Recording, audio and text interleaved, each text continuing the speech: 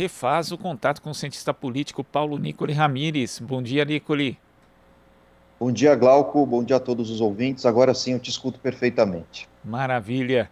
Nicoli, ontem o presidente Jair Bolsonaro se filiou ao PL, junto inclusive com um de seus filhos, o senador Flávio Bolsonaro.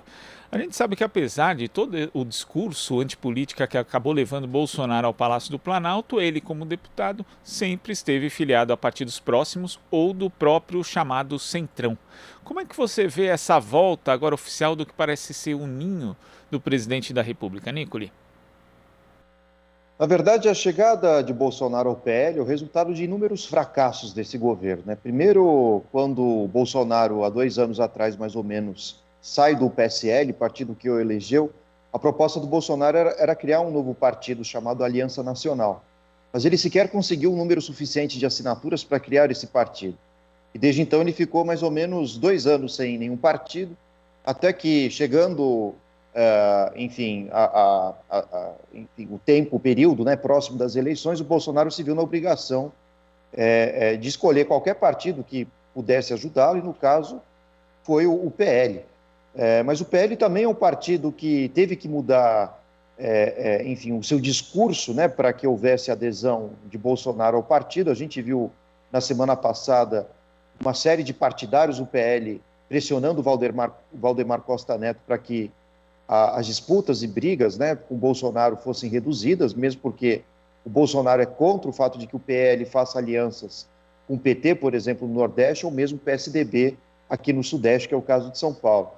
Então, de fato, é uma união que, de alguma forma, entre o PSL, aliás, entre o PL e o Bolsonaro, que acaba por enfraquecer os dois lados, né? O Bolsonaro entrou no partido que sobra e o PL, por sua vez, acabou aceitando o Bolsonaro, e isso cria um risco para o próprio PL, uma vez que ele pode perder alianças, né, em estados estratégicos e perder muita força em termos de capacidade, né, de articulação no Congresso Nacional, já que o PL está entre os dois, três maiores partidos do Centrão. Então, é um casamento que nasce pelo fracasso, né, diga-se de passagem. Né? O PL, de fato, provavelmente perca muita força Brasil afora por conta dessa aliança, né, com o Bolsonaro, e o Bolsonaro perde muito, uma vez que, quando foi eleito, prometeu jamais fazer articulações com o Centrão e até mesmo atacava figuras como o próprio Valdemar Costa Neto, né, que se envolveu nos escândalos de mensalão recebendo propina, né, conforme julgamento da Justiça. Então, é uma união que leva os dois lados a maus bocados, eu diria. Agora, nessa cerimônia de filiação, Flávio Bolsonaro atacou o ex-ministro da Justiça do seu pai, Sérgio Moro, dizendo que ele era traidor, apesar de não ter citado o nome, né? Disse: traidor é aquele que humilha uma mulher, expõe publicamente uma pessoa pensando no poder porque ela o convidou para ser padrinho de casamento, fazendo referência à deputada Carla Zambelli. Por outro lado, Moro já havia atacado também Jair Bolsonaro numa entrevista. A CNN lançou um livro dizendo ali que Bolsonaro usa o poder para proteger os filhos, o que traz inclusive questionamento. Ele, como ministro da Justiça, estava lá e não fez nada, não denunciou à época, enfim. Mas isso pode virar uma rotina, Nicola, essa briga entre candidatos que disputam o mesmo eleitorado de direita para ir para o segundo turno, e a gente sabe que tem aí o campo dos ataques públicos, mas também as redes sociais, onde essa extrema-direita é bastante ativa?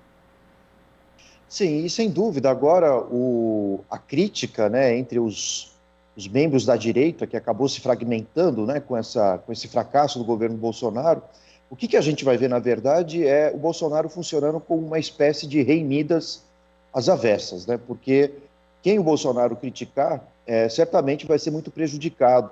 É o caso do Sérgio Moro, né, ou seja, o Bolsonaro tem um potencial destrutivo de campanhas dos seus concorrentes. Não exatamente porque o Bolsonaro tenha feito um bom governo, mas porque o seu governo ele foi, de fato, tão mal julgado. Isso a gente observa, por exemplo, com as campanhas de pesquisa de aprovação, né? Aliás, pesquisas de aprovação do governo. A última delas mostra um índice de 19%, é muito baixo.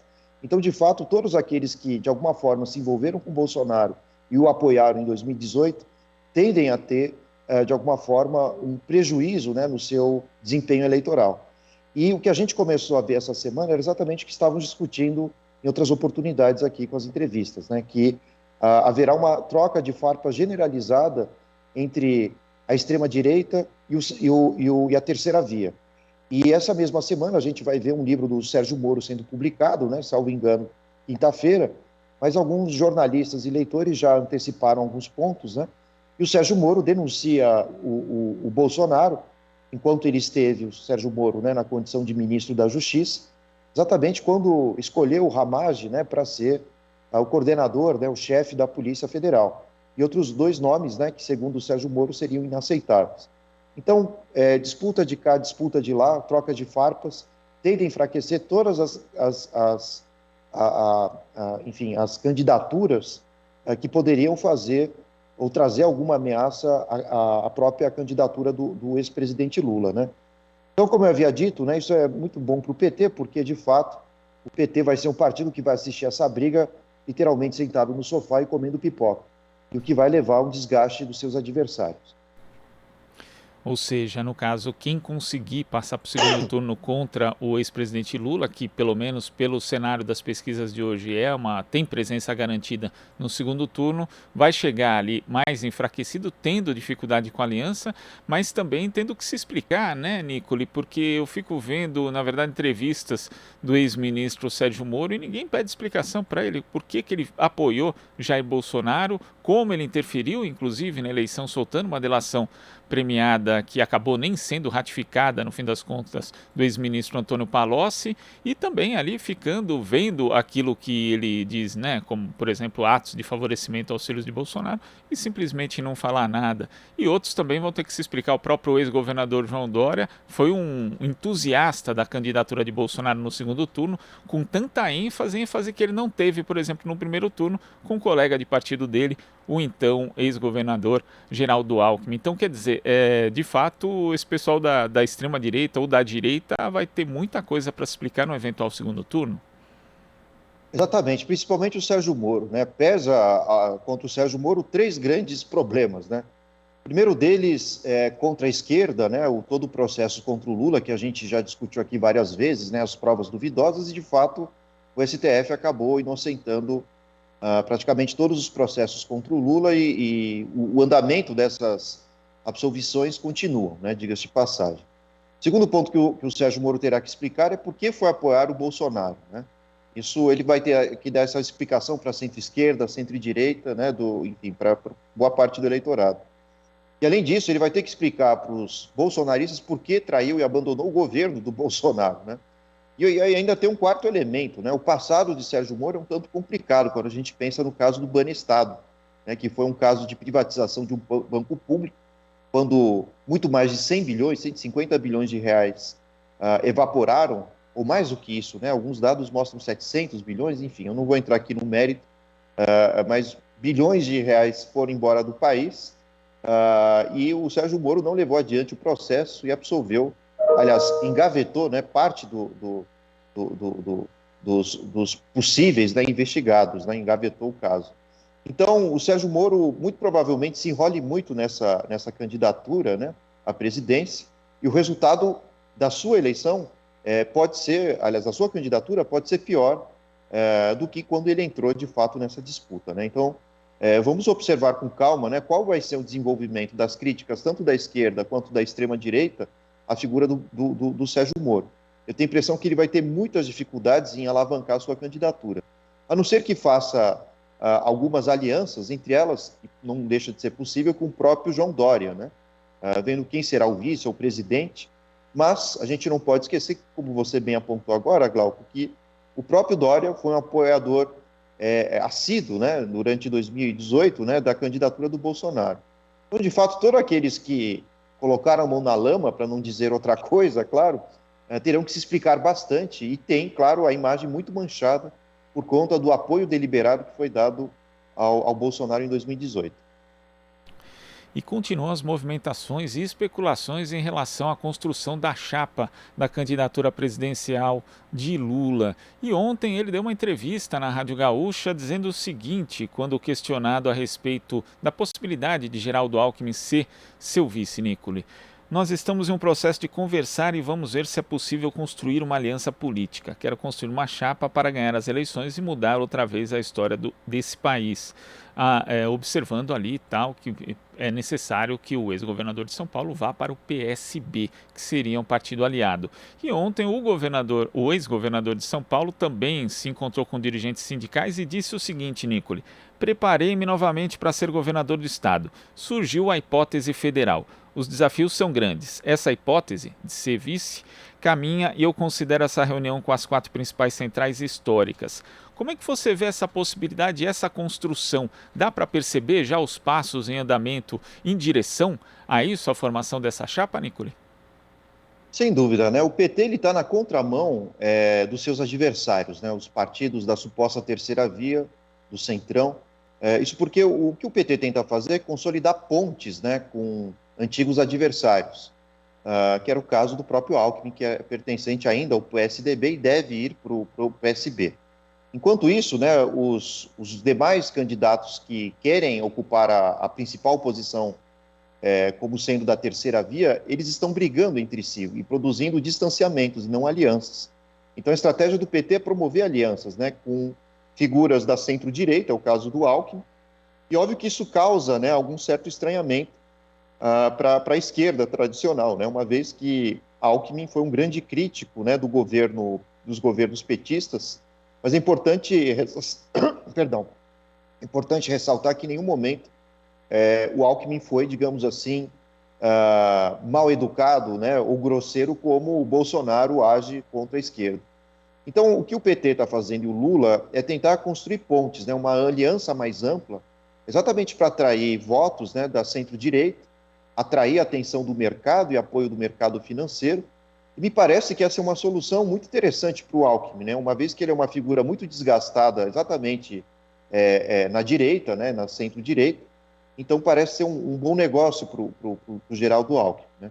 Mas tem um detalhe a mais, né, porque de fato, o candidato que queira vencer as eleições de 2022 terá que fazer um aceno, né, para a direção do meio, o caminho do meio, que é buscar uma aliança, um consenso, mesmo com antigos adversários. E nós não estamos vendo isso, por exemplo, nas atitudes do Sérgio Moro, e muito menos outros aspirantes, né, a candidatos da terceira via. Enquanto que o PT, já com a sua tradicional capacidade, né, e muitos veem isso como uma certa hipocrisia, de se aliar com partidos de centro, com figuras de centro-direita, principalmente, o PT vê isso como uma estratégia política, porque, de fato, se o PT for lançar uma candidatura chapa pura, né, ou seja, com presidente e vice só do PT, ou de qualquer outro partido de mais à esquerda, isso vai dificultar bastante a posição do PT no segundo turno, uma vez que, exatamente no segundo turno, a gente vai ver a direita tentando se unir, né, num discurso contra os petistas. Então, se antevendo essa situação, o Lula, de uma maneira muito hábil, né, diria Maquiavel, com uma virtude, né, com a capacidade de entender os jogos de forças e ter jogo de cintura também, exatamente se antecipando aos seus adversários, o PT já tenta travar uma aliança com o PSB, desde que o seu vice, né, seja a figura do Alckmin, desde que também o Alckmin consiga se filiar ao PSB, né? Ainda é um processo longo, mas nós estamos vendo um grande flerte entre Alckmin e o próprio PT, o próprio Lula, né?